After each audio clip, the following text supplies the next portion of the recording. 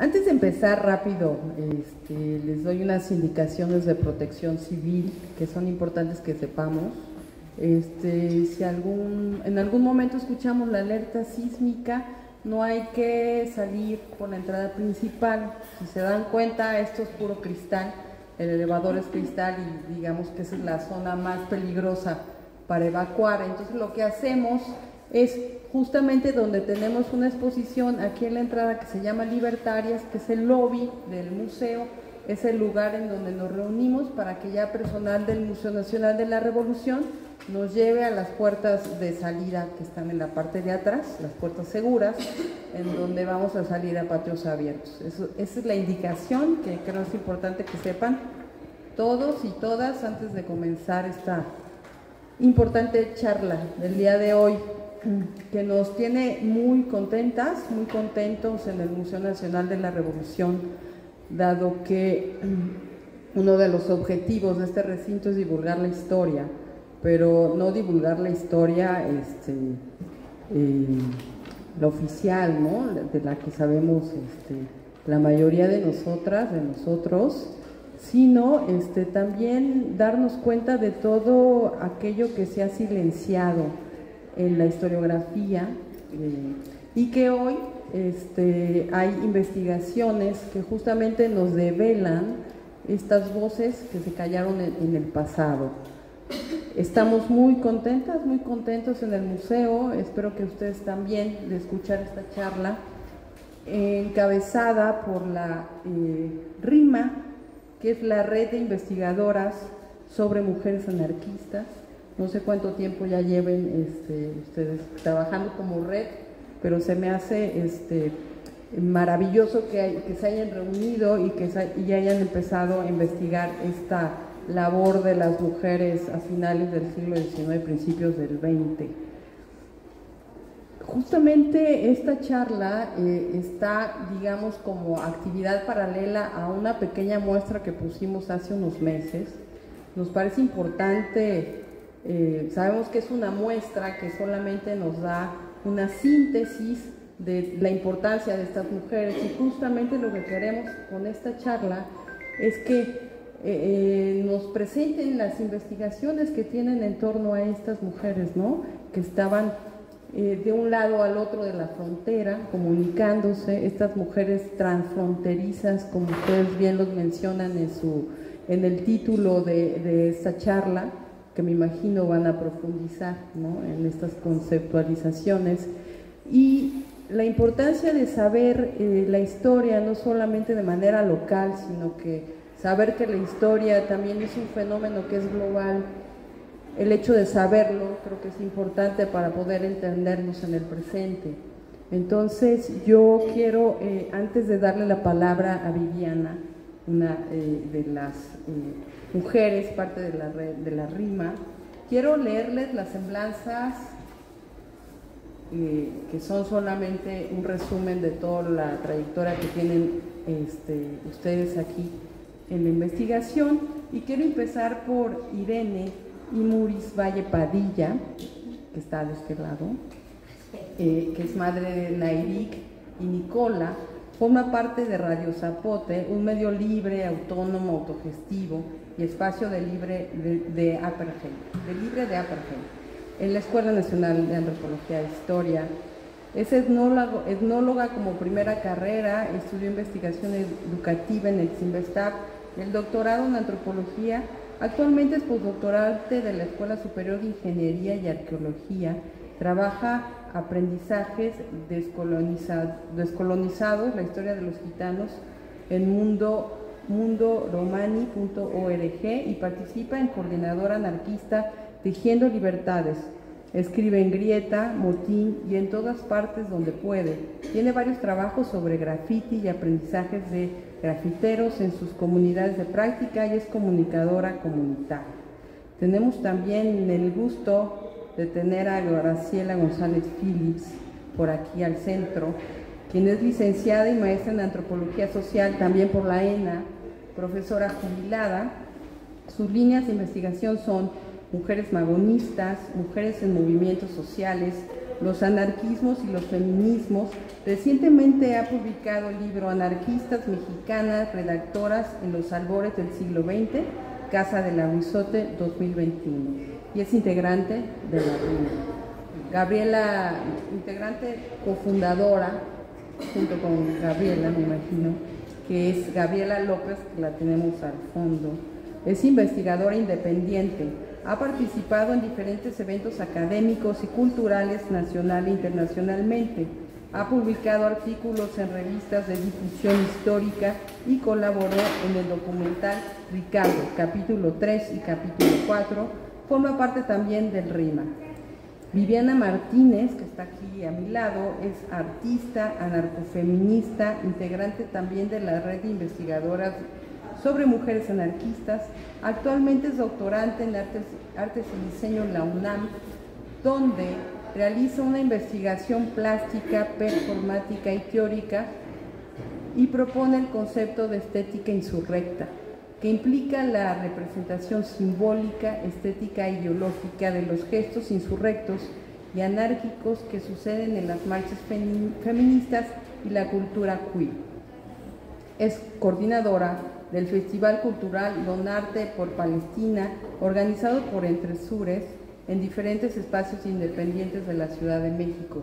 De 2014 al 20 fue coordinadora de comunicación y curadora del Museo Nacional de México, ha curado, de la Ciudad de México, ha curado diversas exposiciones, tanto en la Ciudad de México, Guadalajara, Toluca, Aguascalientes, San José, Costa Rica, ¿no? También ha participado en certámenes del Premio Nacional de Cerámica en el 2024 y bueno, en diversas actividades. Ha exhibido su trabajo en 17 exposiciones individuales, en numerosas muestras colectivas y ha realizado acciones performáticas en galerías, museos, espacios independientes en diferentes partes del país y el extranjero, como Estados Unidos, Colombia, Inglaterra, Argentina y España. Es un placer para el Museo Nacional de la Revolución tener esta charla y le cedo la palabra entonces. Muchas gracias. Muchas gracias, Liliana. Pues estamos muy contentas de compartir este espacio a propósito de la exposición de Mujeres Libertarias que está aquí a nuestro lado. Como bien decía, nosotros somos la red de investigadoras sobre mujeres anarquistas, algunas de nuestras miembros, que estamos como grupo coordinador, digamos, de esta red que hemos empezado a tejer por medio de diferentes actividades, como esta, ¿no? Que para nosotros también es como tejer otros encuentros con otras personas interesadas en esta labor de visibilizar el trabajo de las mujeres que simpatizaron con el anarquismo y que militaron en diferentes épocas, pero también en la actualidad, ¿no? Si bien el proyecto nació como en una búsqueda como más historiográfica, se han sumado como muchas otras visiones también teóricas o actuales, ¿no? Y estamos pues ahora conformando esta red que aprovecho para hacer la invitación de que vamos a presentar en la Noche de Museos de este mes, aquí en el museo, una charla con otras compañeras que participaron en una serie de encuentros que se realizaron en el 2023. Cuando se fundó la red, se hizo este encuentro para visibilizar estas investigaciones sobre mujeres anarquistas y entonces invitamos a algunas compañeras que participaron en ese encuentro a que hablen de la memoria que queda publicada de manera digital y que se puede consultar en las redes de la red de investigadoras sobre mujeres anarquistas en el Facebook y Mujeres Rima en el Instagram. Como bien decías, las fundadoras que tenemos aquí pues son Gabriela y Graciela, que en el 2023 empezaron con este trabajo de conformar la red. Luego nos fuimos sumando otras compañeras que, como les decía, pues somos este grupo coordinador que más bien tiene una intención como feminista, digamos, en esta epistemología de rescate de las vidas de mujeres que fueron importantes en la historia y que han sido invisibilizadas sistemáticamente por dar paso pues a la visibilidad de los hombres de una manera generalizada. Entonces, solo como una breve introducción de lo que es esta red que se empieza a tejer desde hace algunos años y que seguimos construyendo con diferentes actividades como esta, también entrevistas que pueden empezar a ver también en nuestras redes, diferentes comparticiones de lugares que hay en todo el mundo a través de estas redes de difusión que tenemos ahora con las redes sociales y diferentes vínculos. Y bueno, me gustaría cederle la palabra a Graciela para que continúe hablando un poco de esta labor sobre la visibilización de las mujeres anarquistas. Sí, y nada más darle las gracias porque viene de lejos y hizo el esfuerzo de viajar para estar con nosotros. Gracias. Ahí ya, gracias.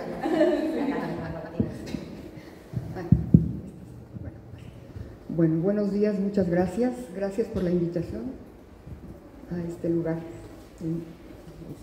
Bueno, muy vamos. Miren, lo que yo me voy a tomar la libertad de leer un texto corto, que podría ser, si lo que dijo Viviana es la introducción, este es el prefacio. Porque yo voy a insistir en el tema de la famosa invisibilidad. No me gusta la palabra. ¿Cuántas tiene? ¿Cuántas sílabas? ¿No? Pero bueno, hasta que tengamos otra mejor, ¿no? Entonces, en ese sentido, el escrito que elaboré se llama ¿Dónde están las mujeres y las anarcomagonistas? Y el subtítulo es Apuntes sobre la famosa invisibilidad de las mujeres.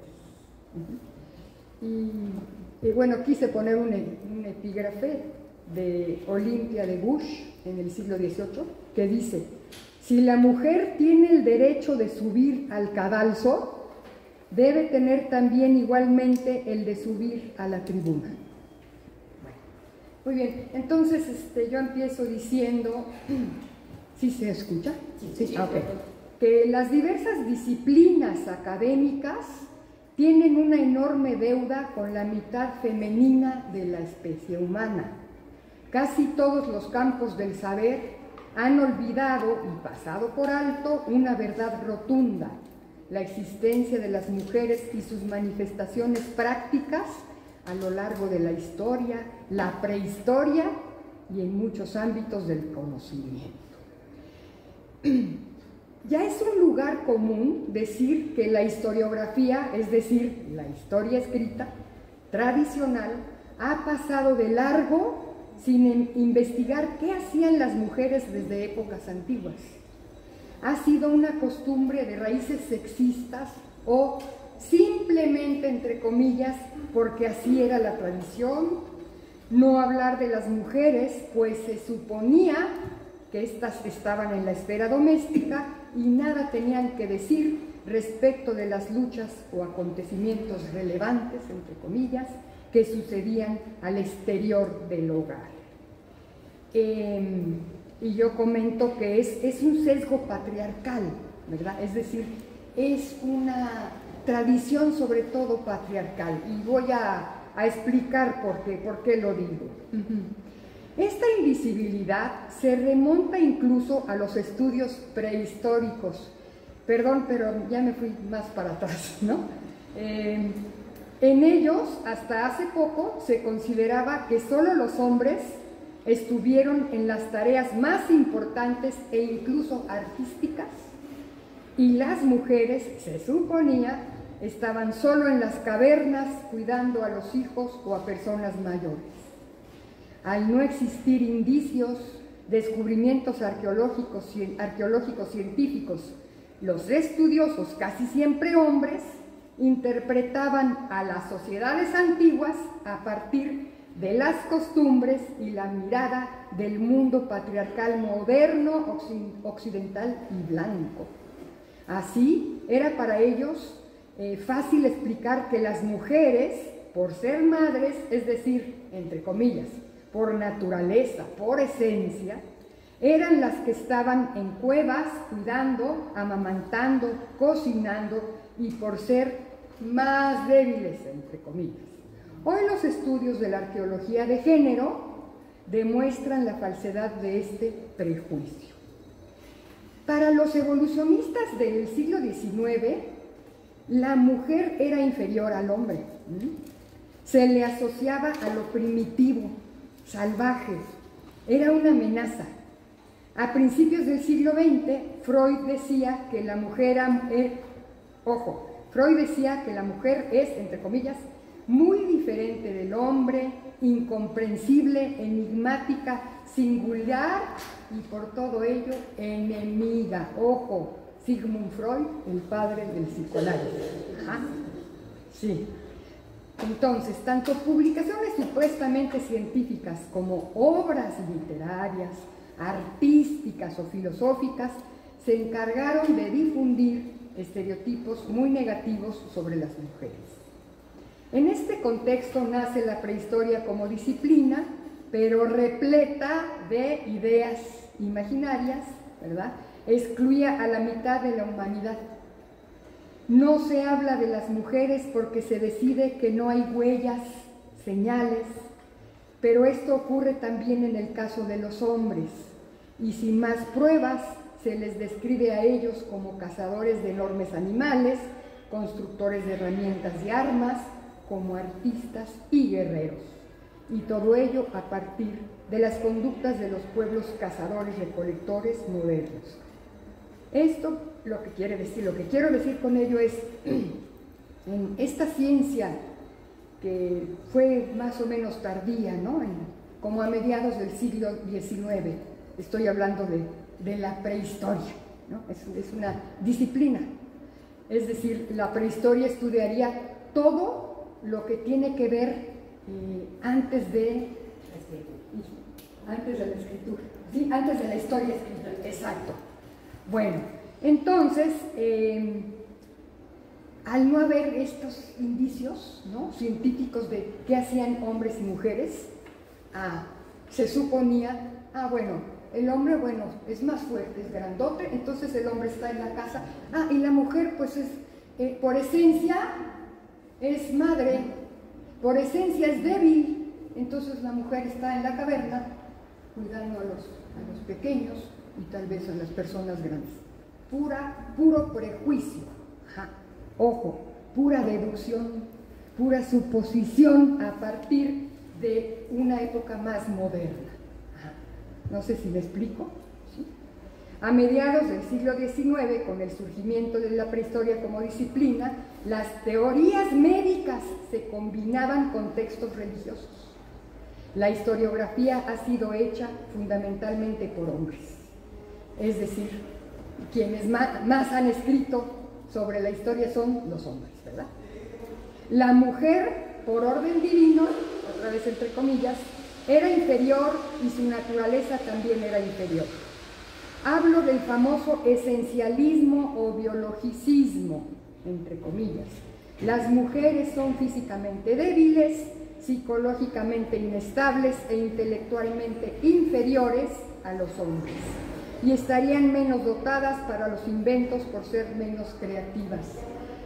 Esta es una cita de una prehistoriadora llamada, espérenme, acá la tengo, es francesa y se llama Marilène Patou-Mathis, y su libro es El hombre prehistórico también fue mujer, así se llama. Este cayó en mis manos y wow, está increíble. Bueno, entonces, este esencialismo, ¿no?, que considera que la mujer, por ser mujer, entonces ya es débil, ¿no?, es inferior, tiene que amamantar, pues eso como que ya hoy en día, como que ya no, ¿verdad? Ya no, digo, a lo mejor hay gente que piensa que así es la onda, pero no. Ya ahora, afortunadamente, además, con las teorías de género, esto se ha ido superando. Bueno, luego se hará una discusión, a lo mejor ustedes opinan otra cosa, ¿verdad? Estos clichés se han transmitido a lo largo de los siglos en textos sagrados, literatura y hasta en obras científicas. Se ha seguido repitiendo, el hombre a la guerra y la mujer a la caverna, cuando no hay indicios o no suficientes. Bueno.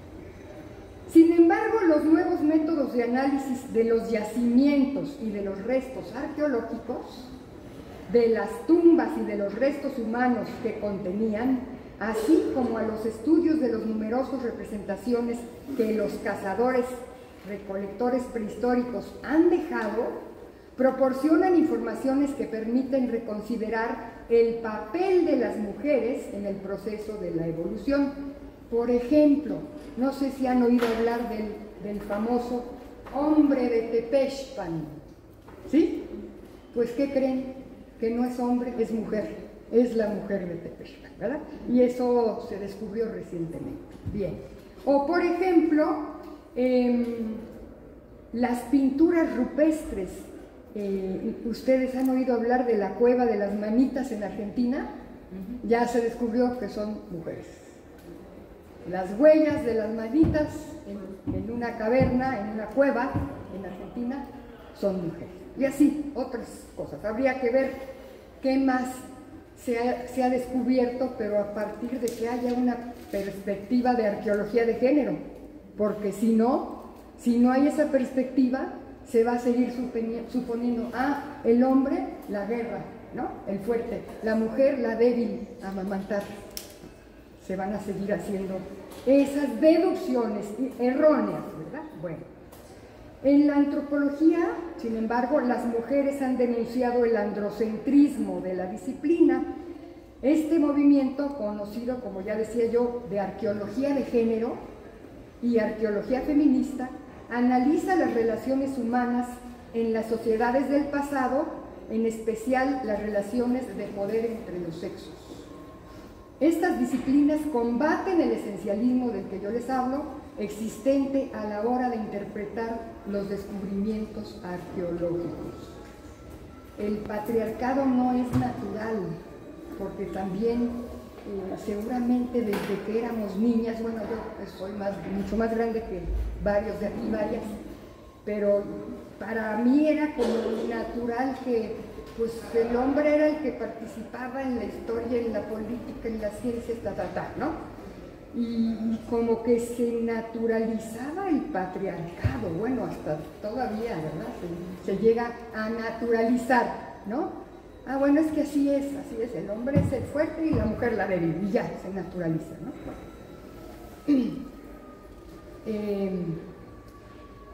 Entonces, no es natural el patriarcado, no tiene una base antropológica, está bastante arraigado en nuestras sociedades para que parezca natural. Pero basta retroceder en el tiempo hasta las sociedades más antiguas para comprender que la jerarquización entre los géneros solo se fundamenta en prejuicios. Las mujeres no son ni inferiores ni están subordinadas por naturaleza, como durante tanto tiempo se nos ha querido hacer creer. Y debido a esta creencia, a lo largo de siglos, los hombres se han arrogado el control de su sexualidad y les han asignado un puesto en la sociedad limitado a la esfera doméstica. Bien, me referiré al caso de las anarquistas en México a principios del siglo XX. El silencio y su invisibilidad, y esa palabra, ¿no? Bueno, y hacerlas invisibles, ajá. Las mujeres al interior del Partido Liberal Mexicano han sido poco estudiadas, si bien en forma reciente despiertan el interés de académicos y académicas y estudiosos y estudiastas y mucha gente. El desdén particular por el estudio de esta revuelta femenina puede deberse a la escasez de fuentes escritas, a su condición de militantes clandestinas, puesto que destruyeron todo tipo de indicio de su militancia, muchas de ellas desde Estados Unidos, y a la consideración de que ellas no dieron una lucha sobresaliente. Las mujeres del PLM, Partido Liberal Mexicano, no están en la mayoría de los estudios sobre la Revolución Mexicana. Fueron mujeres anarquistas y ello redunda en hacerlas a un lado, como también se ignoró o no profundizó en una época el estudio de los integrantes varones de este partido, a quienes todavía se les rebaja como precursores de la Revolución Mexicana. Entonces, con esta explicación, ya los anarquistas de principios del siglo XX en México, pues ya no son parte de la revolución, son precursores, ¿no? Y a mí me parece que es como un intento de un poco rebajarlos, ¿no? Otra vez invisibilizarlos. minimizarlos. Pero además hay un ingrediente importante en estas magonistas: sus pistas, sus huellas difíciles de ubicar. Recordemos que muchas de ellas emigraron o se exiliaron en el vecino país del norte, y no sabemos si regresaron, salvo algunos casos más conocidos. Muchas de ellas es posible que se hayan quedado en ese país y desde ahí apoyaron al PLM y a su periódico Regeneración y otros más, que además allá se publicó hasta su final en 1918.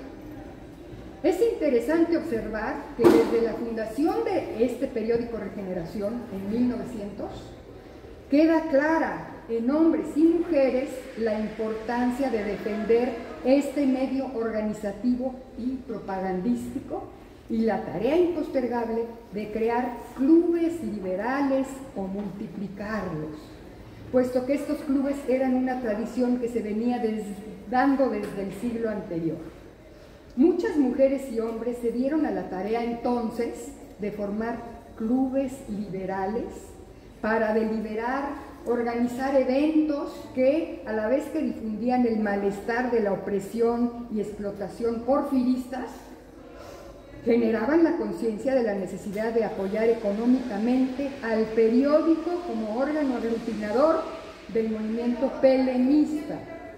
Así se crearon muchos clubes liberales femeninos y mixtos, y en ellos se aplaudía la fundación de Regeneración. Ya casi termino. Entonces, ¿dónde estaban y qué hacían las anarcomagonistas? Sería interesante preguntar a ustedes si alguien sabe. Entonces, ¿qué hacían? ¿Estaban en sus casas? ¿Ya? ¿Qué hacían? Bueno, sí. Sí, claro. Tenían responsabilidades que cumplir, Claro. pero se daban el espacio para también participar en este movimiento. Exacto. Y ¿De alguna escribían, forma en particular? Escribían, y algunas inclusive tomaron las armas. Y algunas tomaron las armas, ¿verdad? Y por allá, ¿alguien quiere decir algo? Poquito. Para mí la más importante, bueno, una de las más importantes fue María Bruce. María Bruce, porque desde por principio, desde que conoció a Ricardo, empezó a participar. Sí. Y era una activista bien tremenda, es decir, puede ser que haya otra, ¿no? Ustedes lo conocen más que yo. Pero aún cuando trajeron el cadáver para acá, estuvo muy activa. Exacto. Y luego por ahí también los recuerdos que Lucia Norman, bueno, el compañero ya sabe mucho, entonces espérame tantito, porque ya voy a terminar. Sí, perdón, es que yo tuve la culpa, perdón. Entonces, ¿dónde estaban y qué hacían, verdad? Bueno, ya dijimos que se hallaban en clubes liberales que en Estados Unidos se empezaron a llamar grupos Regeneración. Bueno, también acá, ¿verdad? Tenían tareas de redactoras, promotoras, distribuidoras y vendedoras del periódico. El trabajo invisible de ellas, ojo, el trabajo invisible de ellas no está en sus notas y artículos publicados, sino en múltiples actividades que tuvieron que hacer para darle vida a esa prensa y al partido. Muchas actividades, por considerarse obvias, no se investigan ni se dicen, pero estas mujeres arriesgaron sus vidas no solo redactando artículos, sino distribuyendo el periódico entre muchas colectividades en México y en Estados Unidos. Y aquí estoy enlistando algunas actividades interesantes, ¿verdad? Bueno,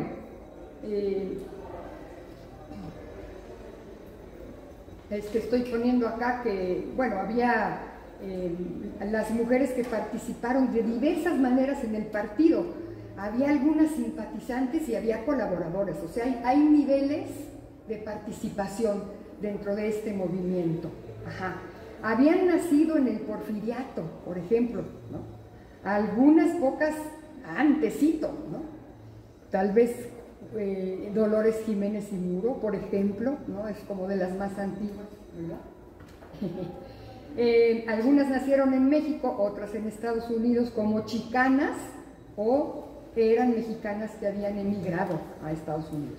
Muchas mujeres extranjeras, estadounidenses, fueron simpatizantes y colaboradores del PLN. Provenían de la tradición liberal, es decir, aceptaban las leyes de reforma, la Constitución del 57. Participaron en estos clubes, ya dije. Ahí les van las actividades. Algunas eran profesoras y ello les permitía desempeñarse como redactoras en periódicos y revistas. Muchas eran obreras, enfermeras, soldaderas, las que realizan actividades domésticas propias de su género en el campo de batalla. Esta es una definición de soldadera de algunas historiadoras. Soldadera, la que realiza actividades domésticas propias de su género en el campo de batalla, es decir, cocineras, transportadoras de comida, lavado de ropa, cuidado de heridos, etcétera, etcétera, etcétera. Y hay otra definición: soldados, mujeres soldado, las que combatieron con armas en la mano, soldado. Soldadas. Pues sí, hoy a todos le ponemos A, entonces sí. Soldados, soldade. No, porque la E invisibiliza que eran mujeres. ¿Perdón? Que la E invisibiliza en este momento. Bueno, eso ya se va a discutir aquí atrás, ¿verdad? O sea, eso es parte del borrado. Ok. Y desde luego, esposas, madres, amas de casa. Escondían y encubrían a compañeros, eran mensajeras o correos, también traficantes de armas de municiones o del periódico clandestino Regeneración, firmantes de manifiestos, comunicados y protestas, oradoras en mítines, organizadoras de eventos para recaudar fondos en donde había bailes, conciertos, obras de teatro, chilaquiles, tamales, etc. Redactoras en periódicos y revistas acerca del origen social, ya dije, obreras, profesoras indígenas y desde luego todas amas de casa. Podían hacer una o más de estas actividades. Eso sería por mi parte. Muchas gracias, Graciela, por esta gran introducción. Creo que nos sitúa mucho también en este tipo de pensamiento y lenguaje histórico, ¿no?, que podemos detectar cuando leemos casi cualquier libro, que la mayoría pues escritos también por hombres o mujeres que también se refieren en estos términos masculinistas, ¿no? No de lo humano, sino del hombre, por ejemplo, ¿no? Bueno, me gustaría cederle la palabra a Gabriela, que va a continuar un poco con este relato también de las mujeres magonistas. Ya se llevó todos mis datos, Graciela. Sí, bueno. Es que como se habló de la prehistoria, me estaba acordando, no tengo bien los datos. Aquí en México la religión, el pensamiento, vamos a decir azteca. Pero veníamos a oír a las mujeres, otra vez nos están haciendo medicina. Nos están diciendo lo que queremos decir, lo que estamos adivinando. Haz que eso se mira. ¿Cómo? Sí, dejemos espacio para las participaciones más amplias y la discusión al terminar las participaciones. ¿Sí? Nos ayuda con eso. Sí, muchas gracias. Ok, regreso entonces al reclamo a Graciela. Justo una de las cosas que me llamaba mucho la atención cuando yo iniciaba mis investigaciones acerca, sobre todo de Ricardo Flores Magón, es que este periódico se sostenía cuando este sujeto estaba preso, o todos los militantes estaban presos. ¿Y cómo sale este periódico? Ya después, en una segunda investigación, me di cuenta que eran las mujeres las que estaban sosteniendo este periódico cuando ellos pues, estaban en la cárcel. Son ellas entonces quienes sostienen ese periódico, quienes salen a las plazas públicas, etcétera, etcétera. Pero aquí quisiera subrayar dos cosas fundamentales. ¿Cómo puedo yo abordar a las mujeres magonistas? Que quisiera resaltar, no todas eran anarquistas y no todas eran socialistas. Hay una transformación, una evolución dentro de esta misma agrupación que permite de hecho ver cómo ellos también van evolucionando en un segundo término, ¿no? Lo que me interesa son las mujeres y es lo que quiero ver. Bueno, básicamente entonces a través del término transnacional sobre todo es que me doy cuenta que puedo ver a estas mujeres en esas pequeñas notitas que hay en el periódico Regeneración y que la mayor parte de los investigadores hasta hace 20, 30 años pasaban de largo. Y resulta que Pues en esas notas justo es donde estaban las mujeres. ¿Quiénes enviaban el dinero? Las mujeres. Las amas de casa que tenían que quitar la comida en muchas ocasiones a sus familias para que este proyecto político saliera avante y la Revolución Mexicana pudiera ser entonces una idea ya hecha, pues, ¿no? Que no siguiera en el tintero. Y justo es cuando observo que hay muchas mujeres que no han sido nombradas dentro de la historiografía y que están ahí, nada más que a nadie le interesan. ¿Por qué? Porque se da por hecho, como ya mencionaba la compañera Graciela, que es lo que les tocaba. Específicamente quisiera hablar de Concepción Arredondo, hablando de esta mujer en un espacio cotidiano que ella lo que hacía o con lo que ella creía que colaboraba era haciendo la comida para todos en la casa, para todos los miembros del partido. Y digo, oh, híjole, si dimensionamos lo que eso significa, es muchísimo trabajo. Pero más allá del trabajo cotidiano de preparar la alimentación para todos esos miembros, es un espacio de politización, ¿no? ¿Cómo funciona eso? Concepción Arredondo se encargaba de poner en la mesa la comida a todos los integrantes y escuchaba las discusiones. Es ahí donde ella inicia con esa politización, a posicionarse a favor del anarquismo y en contra de primero Porfirio Díaz, después Francisco I. Madero y los que vienen hasta que ella muere, por supuesto. Yo no la veo como la compañera sentimental de Librado Rivera, que es como más se le menciona, ¿no? Es una mujer que apoyó, se politizó en la cocina y desde la cocina, maternando también, ojo que no es poca cosa. Y además de eso, salía a las plazas públicas con María Talavera Bruso, hablar de lo que estaba escrito en el periódico Regeneración. Y eso también es un espacio sumamente importante y una actividad fundamental, porque ¿qué significa? Hay que reclutar gente, hay que reclutar a otras mujeres que se identifiquen con las problemáticas que yo estoy exponiendo. Y repito, ella se deja de lado o es mencionada en varias ocasiones como la cocinera de los integrantes. No, espérame. ¿No? Reclutaba gente, vendía el periódico, se politizaba, leía, discutía. ¿Y qué significaba eso también? Ganaba una posición política en un mundo dominado por el género masculino. O sea, sí, pero yo también quiero hablar de las consignas propias de mi género. ¿Y eso qué es? Las mujeres tenemos derecho a decidir sobre nuestros cuerpos. Entonces, esa mujer era excepcional y repito, pocas veces se menciona, más que relatar a las ya conocidas o un poco más conocidas, porque lo que no se dice no existe, ¿no? Lo que no se nombra no existe. Quisiera hablar de otras. Ya Graciela por eso decía me robó muchas de las cosas que quería decir, pero las no es cierto. Las agrupo, ojo, no las quiero encasillar porque todas funcionan en redes de relaciones, todas son contrabandistas, todas son escritoras, todas son agitadoras y además todas son simpatizantes. Sin embargo, dentro de las contrabandistas sí existieron algunas como Rafaela Alor. ¿Quién fue esa mujer? Rafaela Alor, desde 1906 en Veracruz, específicamente en Acayucan, ella estaba vendiendo las propiedades que tenía para dar ese dinero al Partido Liberal Mexicano, comprar armas y que la gente se movilizara en el sur de Veracruz. Recordemos que, como ya mencionaba la compañera, son precursores, los Flores Magón son precursores. Desde 1900 ellos ya estaban armando la revolución. Ya después llega Francisco I. Madero y lo que ustedes quieran, pero antes ya había un trabajo previo donde estaban las mujeres. No solamente ella, también tenemos a Silvana Rembao de Trejo. Silvana Rembao también estaba en Veracruz y en Acayucan, solo que en 1910. Y también vendió sus propiedades para que la revolución se llevara a cabo, para que las movilizaciones magonistas se multiplicaran. Así encontramos a muchísimas que podemos hablar que son periodistas, pero también son contrabandistas, porque viajaban a lo largo de la República para llegar a la frontera, recibir las instrucciones del partido que salían de la cárcel. ¿Cómo salían de la cárcel esas instrucciones? A través de las mujeres, a través de María Talavera y a través de Ethel Duffy, quienes visitaban además a los Flores Magón en la cárcel y en pedazos de tela sacaban esas instrucciones que después se distribuían por todo Estados Unidos y México. Entonces, estas que les menciono, Rafaela Alor y Silvana Rembao, hacían eso, viajaban hasta la frontera, recibían las instrucciones, las llevaban a sus lugares para entonces sí llevar a cabo esa movilización armada. No eran cualquier cosa, pues, estas sujetas, ¿no? También tenemos a Modesta Abascal.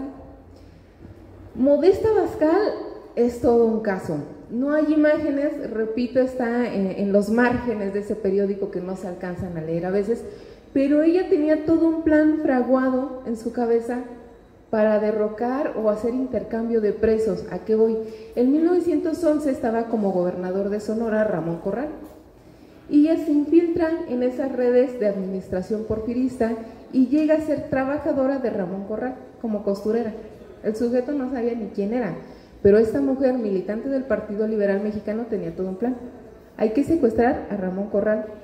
Si secuestramos al gobernador de Sonora, entonces vamos a poder pedir que nuestros presos sociales sean libres, ¿no? Hay que tener la cabeza de un sujeto grande para después pedir la libertad de los nuestros.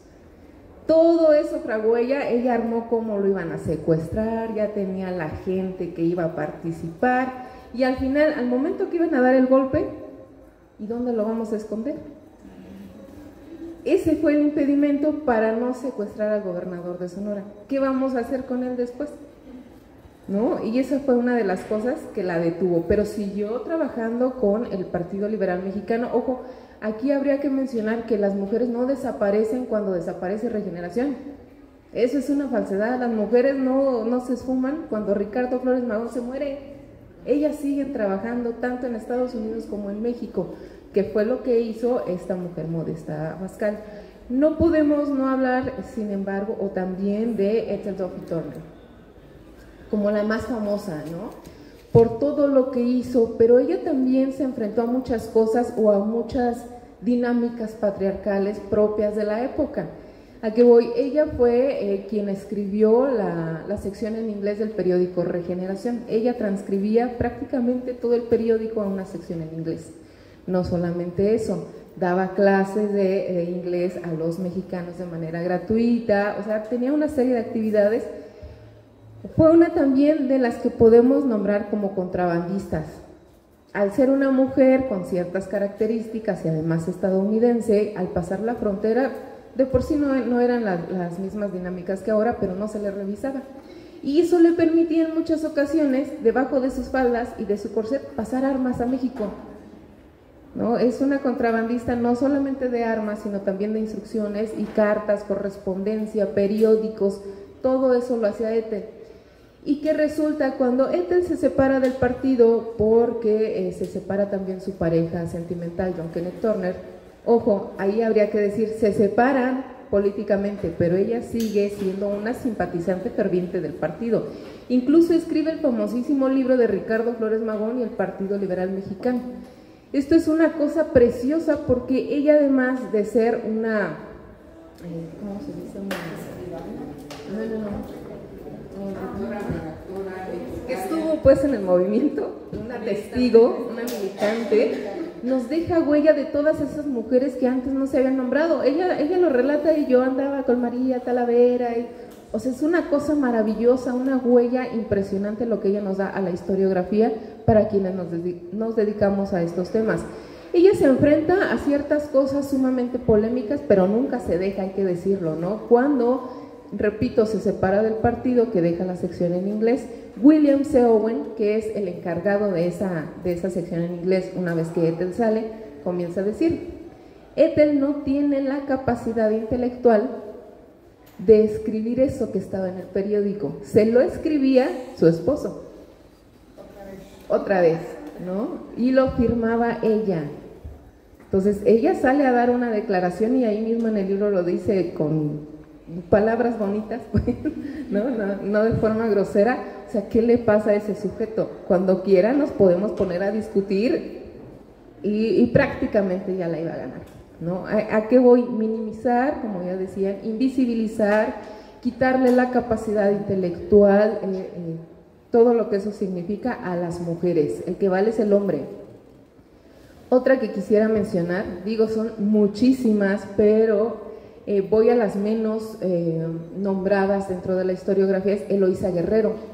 ¿Quién era Eloísa Guerrero? Ni más ni menos que la hermana de Práxedis G. Guerrero, el famosísimo hombre que dio la vida, el primero que muere en el campo de batalla por las ideas anarquistas del Partido Liberal, bla, bla, bla.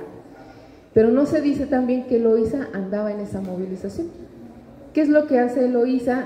Primero enviaba dinero, ¿no? Para la compra de armas, lo que ella podía era enviado al partido. Pero una vez que su hermano muere, dice, basta, hay que tomar otras medidas. ¿Qué es lo que hace? Empieza a formar estos famosos clubes o grupos Regeneración en los Estados Unidos.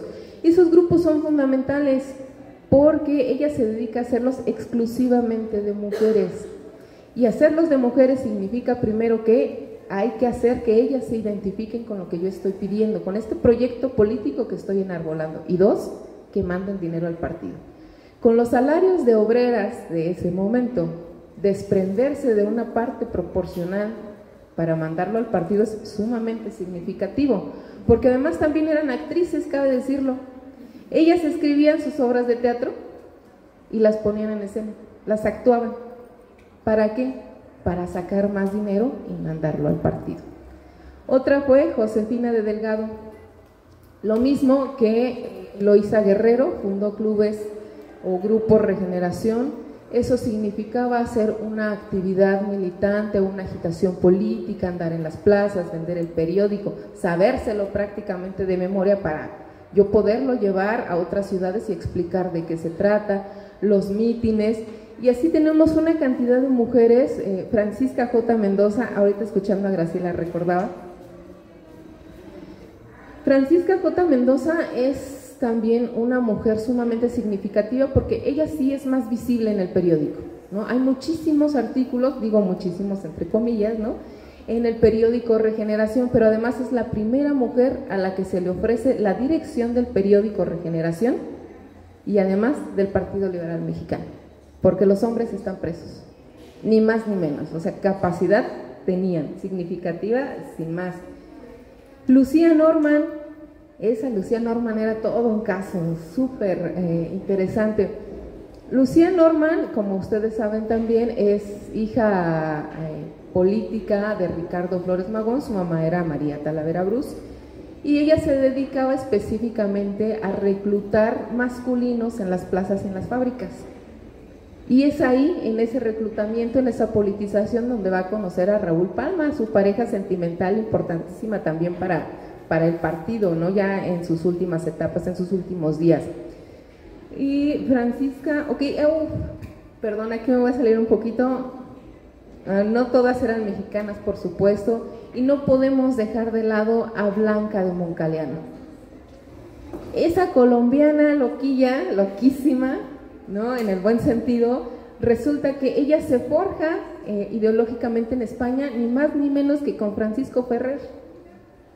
Regresa, se va a Colombia de regreso una vez que sale o busca replicar esas escuelas racionalistas, intenta establecer algunas en Colombia y además publica un periódico llamado El Ravachol, que la mayor parte de sus artículos son de ella, pero son firmados bajo el nombre de su pareja sentimental, Juan Francisco Moncaliano, o se quedan sin firma, pero ya después descubro que están en Regeneración y están por supuesto en su propio periódico Pluma Roja. Y ella lo que hace al publicar ciertas cosas atacando a la iglesia de la época, y tiene un ejemplo preciosísimo y un caso sumamente sonado en la época en Colombia de Umaña Jimeno. Resulta que estamos hablando de un sacerdote que es amante de la esposa de un médico, Umaña Jimeno, muy reconocido en Colombia, en Bogotá, por supuesto. Es amante de este y de la prima de este. O sea, ella lo publica porque además el médico mata al sacerdote. Hay un crimen pasional ahí clasificado así en la época, ¿no? Eso hace, todas este tipo de denuncias que está haciendo Blanca hacen que ella tenga que salir exiliada de su país y se refugia en Cuba, ni más ni menos, la mata del anarquismo también, ¿no?, para la época. Se refugia en Cuba porque además tiene muchísimas relaciones establecidas ya ahí a través de la prensa. Aún así, se moviliza hacia México porque la idea, repito, es replicar las escuelas racionalistas, pero resulta que llega primero su pareja sentimental, cuando está específicamente el gobierno de Francisco I. Madero.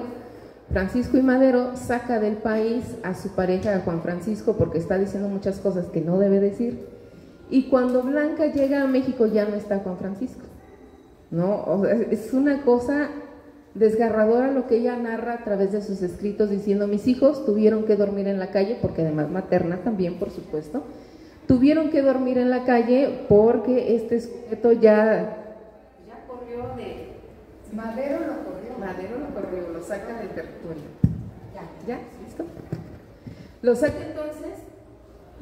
Si no, ¿sí me escuchan acá? No, sé por qué para la grabación. ¿Sí? A ver ahí, ya, listo. Por ahí se enojó Madero, o no sé qué. Sí. Resulta entonces que toda esa trayectoria que está viviendo Blanca en México la va a forjar en contra del gobierno mexicano en general, quien sea y como se llame. Y cuando se reúne con Juan Francisco en los Estados Unidos y con el Partido Liberal Mexicano, después de una pugna que ellos tienen al interior de la agrupación, saca su propio periódico, que además está a decir que es el primer periódico escrito en español por una mujer latina anarquista en los Estados Unidos. Entonces no era cualquier cosa nuestra querida Blanca.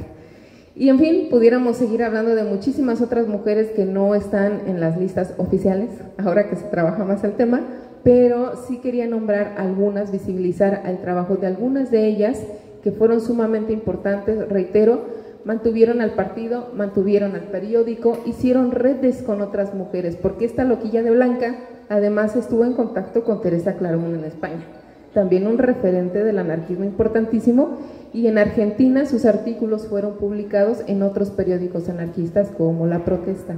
Entonces, ahí lo dejo en el tintero. Gracias.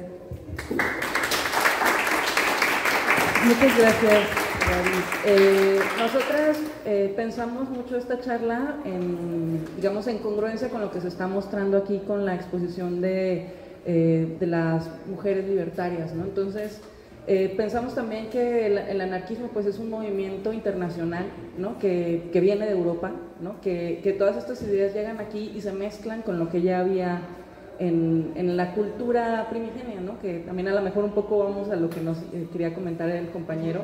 Y entonces para nosotros también fue importante hablar pues de estas relaciones, como han escuchado, que hay sobre todo entre México y Estados Unidos. Y bueno, me gustaría citar un poquito a María Galindo, una compañera feminista de Bolivia, que dice que realmente pues, los movimientos feministas no surgieron en un solo lugar, ¿no? Como la historia occidental luego nos quiere decir que todo viene de Inglaterra y de Estados Unidos, y no es así. O sea, simultáneamente pasaron muchas cosas en muchos momentos, simultáneamente, ¿no? Como sigue sucediendo ahora, y no porque alguien nos venga y nos diga que ahora necesitamos ser liberadas, sino porque es algo que se cuece, digamos, socialmente y en las necesidades también de cada momento histórico, ¿no? Entonces, pues ahora nos gustaría hablar como del otro lado de la frontera, y pues me gustaría cederle la palabra a Imuris para que nos continúe también con esta otra narración, ¿no? Desde el otro lado de la frontera de Estados Unidos. Hola, pues primero agradecerles a todas, a todos, a todas, a todos y a todos. Me parece muy importante y muy necesario escuchar pues las investigaciones. O sea, en realidad hay pocos espacios, ¿no?, donde se puede dar a conocer este tipo de investigadoras. Y nada más como corrección, en la parte donde pues, describen mi currículum, yo me dedico más que descolonizadores, que me gustaría también, pero me dedico a cuestiones desescolarizadas. ¿Y por qué? Porque justamente es lo que dice Graciela. Todo el tiempo nos han estado enseñando y dando por hecho cosas como que siempre fue así, ¿no? Yo también decía ahí que estudié graffiti, y entonces yo cuando hice mi tesis de graffiti, la primera, pues los grandes muralistas y ahora los famosos que son los del hip hop y no sé qué. Y entonces hace unos años me invitaron una colectiva de mujeres y me dijo que me pidió por favor que diera una charla, pero no, primero me pidieron, en una prepa, que diera una charla y me dijeron, pero no queremos ni de hombres ni de mujeres. Entonces dije, en la revolución, y yo estoy así, entonces ¿de quién? Entonces no, era de trans, de gente trans, de mujeres que habían sido jefes, digamos, de guerra, y también de hombres que habían dejado, digamos, de ejercer ese rol masculino. Entonces me pareció como una ventana muy interesante. Y cuando me invitan a lo de las grafiteras, también me dicen, pero queremos escuchar de las muralistas mexicanas y queremos escuchar de, ¿no? Entonces para mí fue como, oh, qué interesante. Entonces me puse a estudiar esto de las cuevas. Y claro, en los libros de texto, no sé si ustedes se acuerdan, pero siempre te daban esta imagen donde está el hombre cazando así con el mamut y la mujer está en la caverna así, ¿no? Entonces, bueno, esas son ideas que las damos por hecho y no indagamos a veces más. Y justo hay momentos así, ¿no? Como muy lúcidos. La persona que descubrió lo de las manos, ¿cómo puedes regresar al tiempo y saber quiénes fueron las que pintaron las cuevas? Pues él se dio cuenta, porque era antropólogo físico, que hay una diferencia entre los dedos, entre la distancia entre ciertos dedos a nivel, digamos, masculino que femenino, son más largos. Y así pudo comprobar que habían sido mujeres. Entonces a veces se necesita así, ¿no? Pequeños destellos, gente muy, pues que se salta por alguna razón todas las corrientes que nos han dado para poder hacer este tipo de descubrimientos. Entonces, en ese sentido, a mí, la historia que voy a contar es una mujer que se autodenominaba mexicana. Ella en algún momento se llama Lucia, Lucy, Lucía, a veces se autonombra González. En general ella va a usar el apellido Parsons porque ella se va a casar con una persona que es Albert Parsons, que conoce, ella ya teniendo un bebé, ella siendo más, se dice históricamente que era hija de una esclava que había nacido en Virginia, quizá en Texas, y que había crecido pues en situaciones muy complejas, pero que había tenido un compañero en algún momento muy liberal que le había llevado a la escuela, pues, ¿no? Como esposa. Le había dicho, bueno, es muy inteligente, tiene derecho a la escuela, y había tenido un hijo que después muere, y conoce a Albert Parsons. Cuando conoce a Albert Parsons es realmente una historia de amor, pues de esas así dramáticas y tremendas, pero lo que quiero apuntar aquí es cómo ellos dos pues no se podían casar estaban prohibidas las bodas interraciales. Entonces ellos viajan a Chicago. Y cuando viajan a Chicago, el Hereditor, ahí había, pues, era una serie, imagínense una circunstancia en la que cientos de personas en la calle, desempleados, buscando trabajo, era una desesperación, porque aunque tuvieran la fuerza y todo, a veces pues llegaban los esquiroles, ¿no? Ellos decían, bueno, puedo por 10 centavos, ¿no? Pero luego llegaban esquiroles y decían, no, nosotros por 8, y entonces era una situación de mucha desesperación, pero había pues también muchos migrantes, sobre todo alemanes. Entonces ellos llegan a una zona donde van a tener acceso a mucha gente, de los cuales después serían algunos de ellos los que se conocen como los 8 de Chicago, los mártires de Chicago. A mí me gusta pues entonces presentar a Lucy Parsons como la novena de Chicago, un poco jugando a lo de Beethoven, pero también porque creo que si no hubiera sido lo mismo para nada, no sabríamos de Chicago si no hubiera sido por ella. Ella le sobrevivió más de 60 años a Albert Parsons y todo ese tiempo se dedicó impresionantemente a llevar la historia.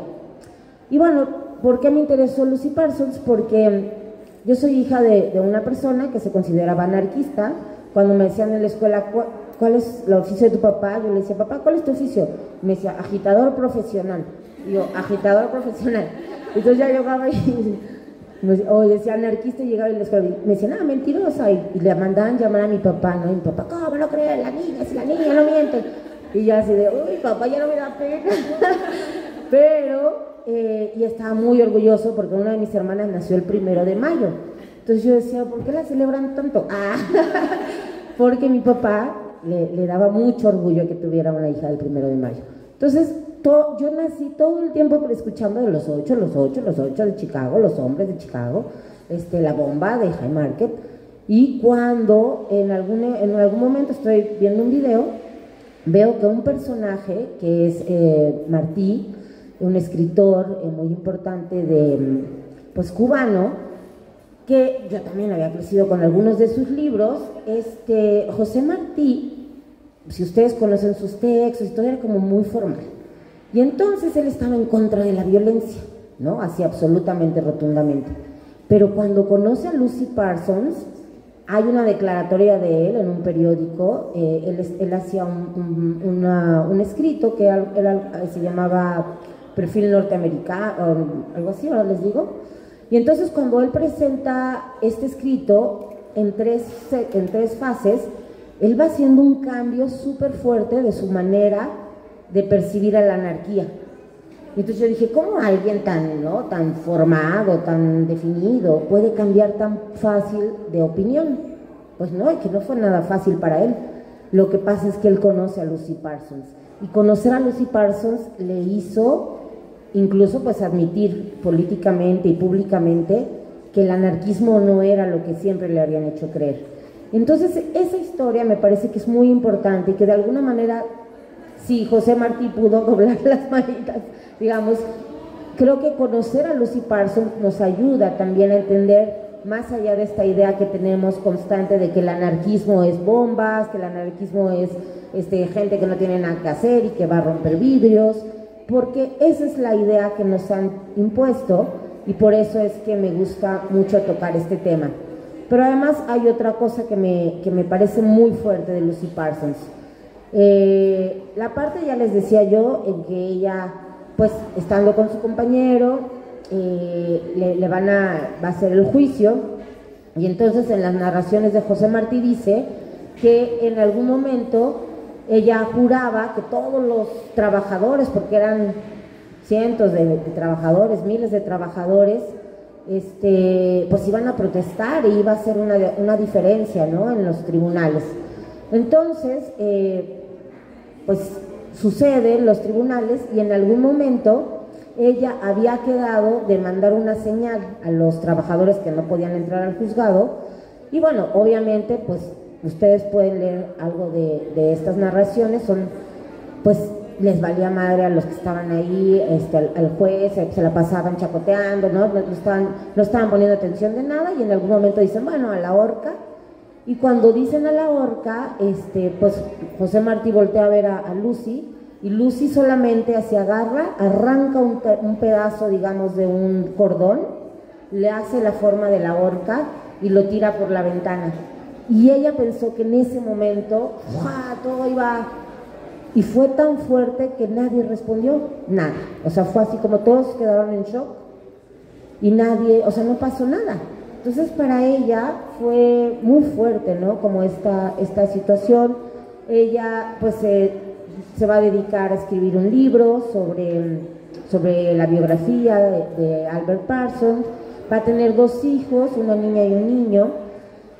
Y bueno, toda la parte, digamos, de la parte posterior al juicio es muy injusta también porque, por ejemplo, de los 8, bueno, uno le manda a pedir a una de sus compañeras que ponga dinamita en uno de los tabacos que entran y pues se prende fuego y se muere después de varios días de dolor, pero bueno, él se suicida, pero estaban pues, unos no fueron ejecutados, otros sí, los primeros pues es Parsons, y a Lucy no la dejan pasar a ver a su esposo, o sea, los demás, aunque les habían dado ya y les habían dicho que tenían pena de muerte, dejaron que sus familias entraran, aunque luego no se cumplió la condena, pero a Lucy no la dejan entrar, la retienen, la desnudan y la tienen con sus hijos, sin poder despedir de su camarada, ¿no?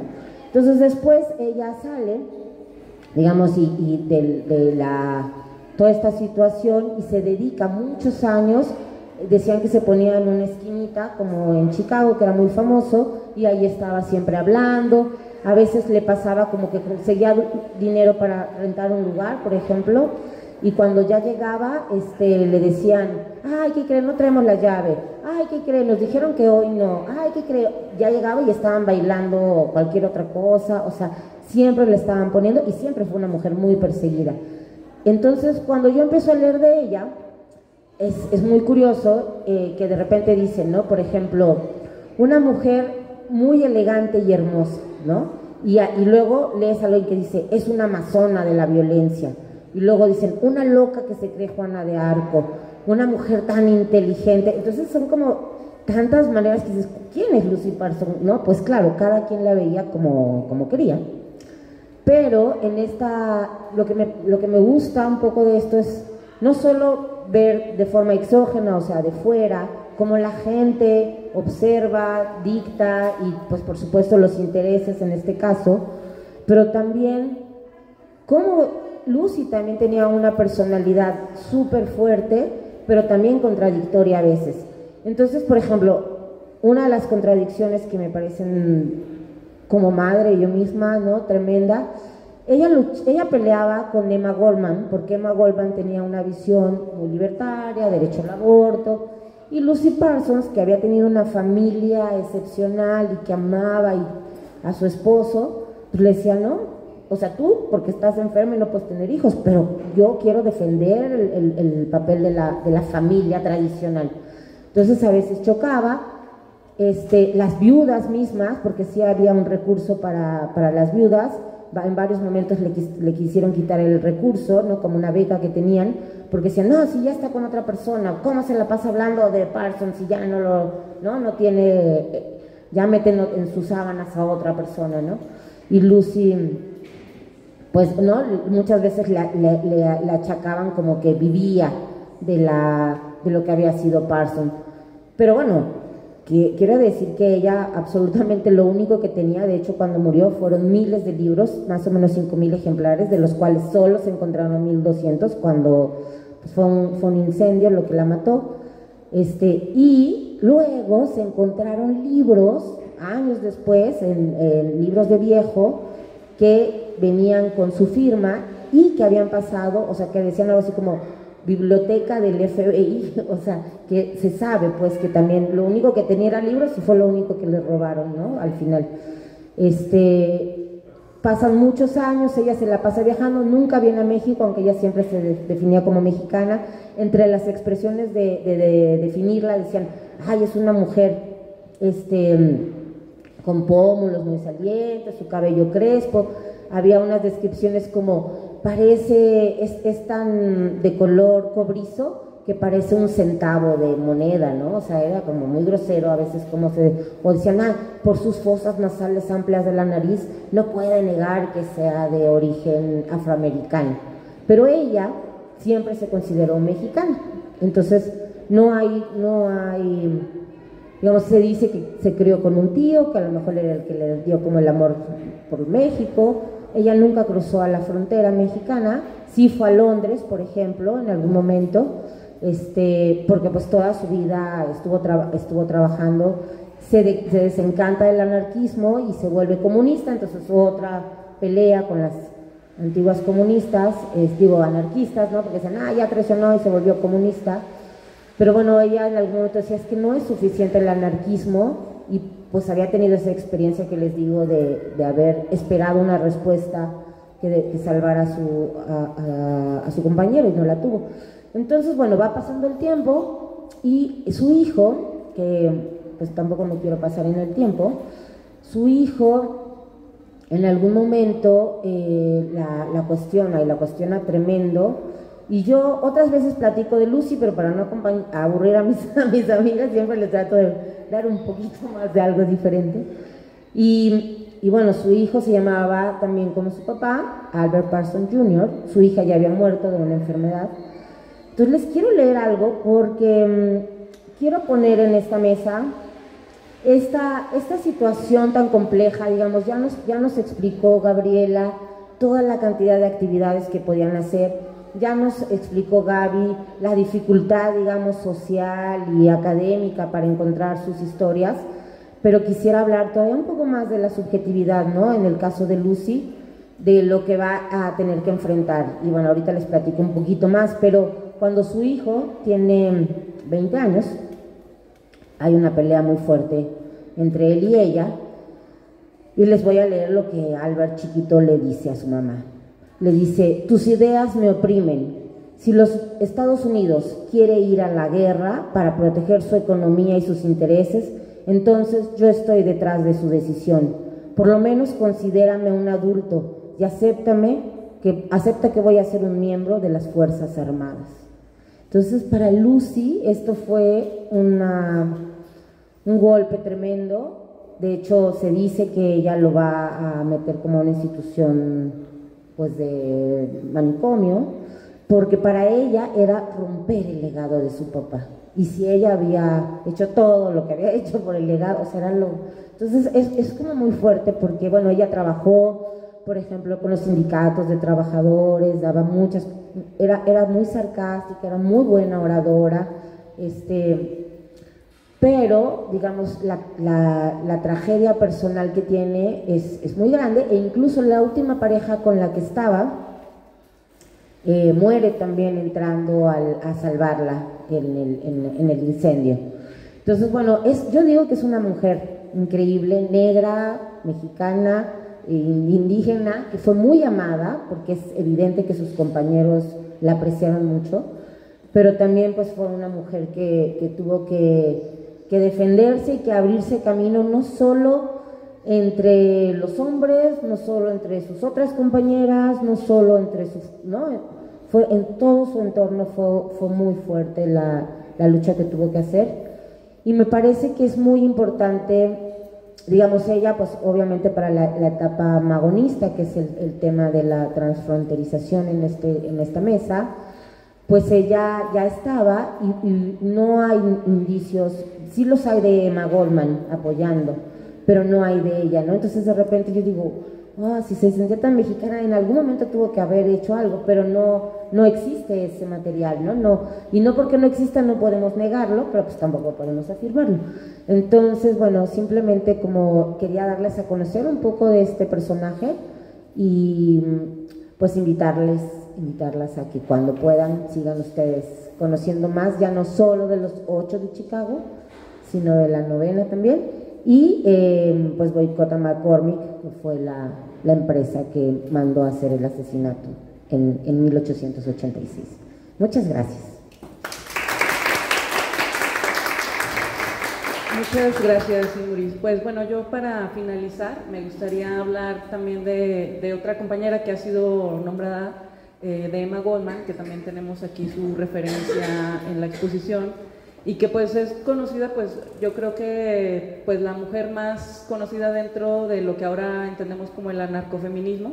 También es muy importante hablar pues de estos conceptos, ¿no? El feminismo pues es un concepto que usamos actualmente para reivindicar mucho de estos trabajos que han hecho las mujeres en diferentes grupos, ¿no? O sea, aquí en específico hablamos del anarquismo, también del socialismo, y hay muchos otros movimientos sociales en los que se incluyen también mujeres, y que ahora, gracias a esta práctica de recuperación de estas memorias, se están visibilizando cada vez más, ¿no? Y dentro, digamos, de los anarquismos, pues la que sí es más visible es Emma Goldman, ¿no? Y se nos hizo interesante que estuviera aquí también nombrada en la exposición junto con Lucy Parsons, y pues también hablar como del legado de quien fue llamada la mujer más peligrosa del mundo por el gobierno de Estados Unidos en su época, ¿no? Y ella, bueno, ella nació en Kaunas, que era parte del Imperio Ruso en aquel tiempo, pero que ahora es el territorio de Lituania, en 1869. Después ella migró a los 16 años a Estados Unidos, porque una de las causas que se comenta mucho es que su papá la quería forzar a que se casara a los 15 años, como era común en la época, que eran los matrimonios arreglados. Y entonces ella pues huyó, digamos, de Europa y migró a Estados Unidos con su hermana a los 16 años, y justo pues después se hizo de una pareja, también un migrante, y entonces comprobó que pues el matrimonio no era lo que ella esperaba, ¿no? Entonces ella es una precursora de lo que después conocimos como el amor libre, que también es un precepto que es muy difundido dentro de los grupos anarquistas en todos los espacios, y que esa es también una de las principales aportaciones que, por ejemplo, ahora conocemos como lo personal es político también, ¿no? Que fue, digamos, un lema que tomaron las feministas radicales, que son... No hay donde comunicarme con ustedes. ¿Con quién? ¿No? O sea, escogí a 2 magonistas, a Movimiento Inquilinario, a una sindicalista de Guadalajara, voy a entrevistar a Ana Lau el miércoles, pero me gustaría saber dónde para poderles hacer entrevistas como más profundas en tele y cómo me comunico con con las autoras de los artículos. Nos pueden escribir ahí en las redes sociales, las manejamos Graciela y yo. Perfecto. Y también tenemos un correo que es redinvestigamujeresanarquistas@gmail.com. Y ahí nos pueden encontrar, pero también escribiéndonos en el Instagram o escribiéndonos en el Facebook, directamente pues nosotras lo consultamos. Gracias. Pero esas serían las vías, pues bueno, claro, ahorita podemos conversar también. Perfecto. Muchas gracias. Pero por ejemplo, el día de ayer en redes sí hay una charla que dimos, una entrevista, más que una charla, fue una entrevista que hicimos a Laura Vicente, que está ahí, no. Bueno, esto se fue ayer. En la ENAC sobre mujeres documentalistas, entonces estaba clavada en eso. Pues ahí está la de Villanueva, ahí está bien interesante. Perfecto, gracias. Compañera. Una ya me contestaron, ¿a dónde les puedo escribir? Y la otra es qué privilegio poder conocerlas, escucharlas desde la parte de las mujeres que se ocupan, que investigan, lejos de esta intelectualidad tan cerca de lo social, tan cerca de las personas y tan cerca de todos. Entonces, muchas felicidades, muchas gracias por tanta información. Adelante. Muchas gracias. Gracias a todas y a todos los que estuvieron acá escuchando y gracias a la red de mujeres de investigadoras sobre mujeres anarquistas. RIMA. Gracias. Sí, gracias.